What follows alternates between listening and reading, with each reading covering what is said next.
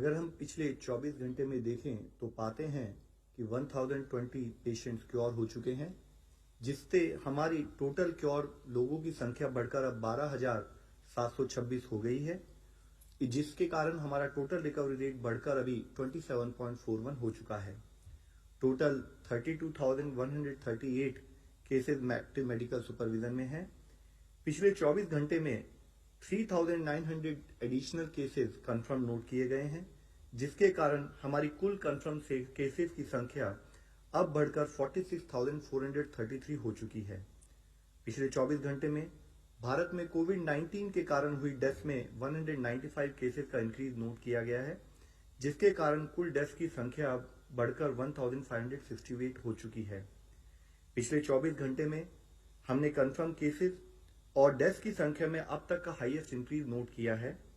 हम एक infectious disease से डील कर रहे हैं, इसलिए timely reporting of cases and there management is very crucial. कुछ राज्यों में यह गैप नोट किया गया था, जिसे आफ्टर ड्यू परसुएशन अब एड्रेस किया जा रहा है। स्टेट्स के लेवल पर यह जरूरी है कि based on cases reported, contact tracing, active case search और क्लिनिकल मैनेजमेंट ऑफ केसेस को इफेक्टिवली इंप्लीमेंट किया जाए।